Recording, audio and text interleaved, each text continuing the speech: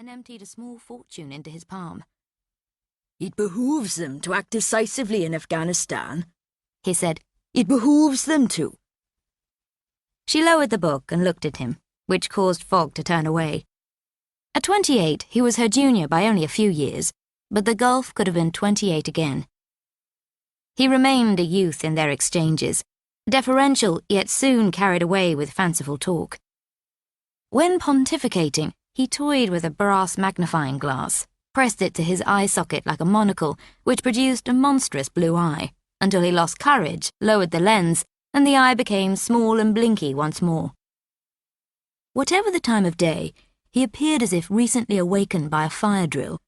The hair at the back of his head splayed flat from the pillow, buttons missing midway down his shirt and others off by an eyelet, so that customers endeavoured not to spy the patch of bare chest inadvertently peeping through.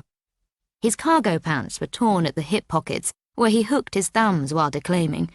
The white laces on his leather shoes had greyed, his untucked pinstripe shirt was frayed at the cuffs, and he had the tubular collarbones and articulated ribs of a man who scarfs down a bacon sandwich for lunch, then forgets to eat again until 3 a.m. His careless fashions were not entirely careless, however, but a marker in Kyagenog that he was distinct in the village of his birth, an urban sophisticate, no matter how his location, how his entire life, militated against such a role. "It behooves them?" Thule asked, smiling. "What they have to realize," he proceeded, "is that we don't know even what the opposition is.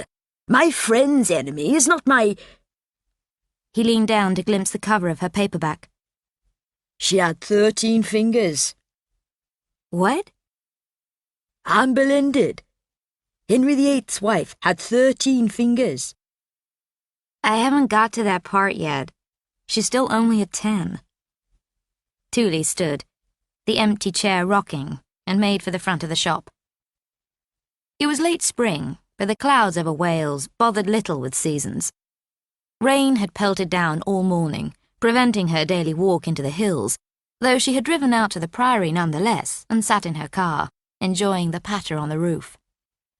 Was it drizzling still? "We took in the honesty barrel, didn't we?"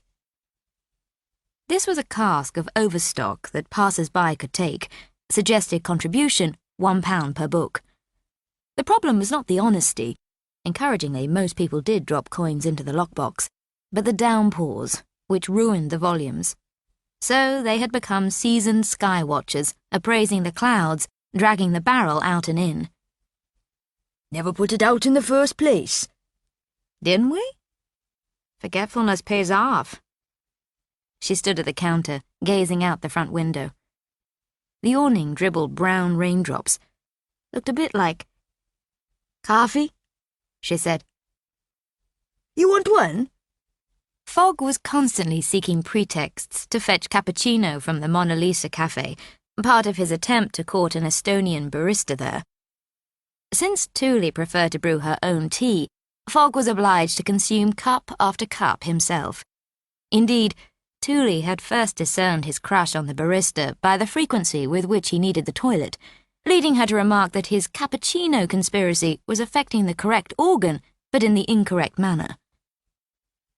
"Back in a minute," he said, meaning 30, and shouldered open the door, its bell tinkling as he plodded up Roberts Road. She stepped outside herself, standing before the shop and contemplating the church parking lot across the street, her old Fiat 500 alone among the spaces. She stretched noisily, arms out like a waking cat, and gave a little squeak. 2 birds fluttered off the church roof, talons out, battling over a nest. What species were those? But the birds wheeled away.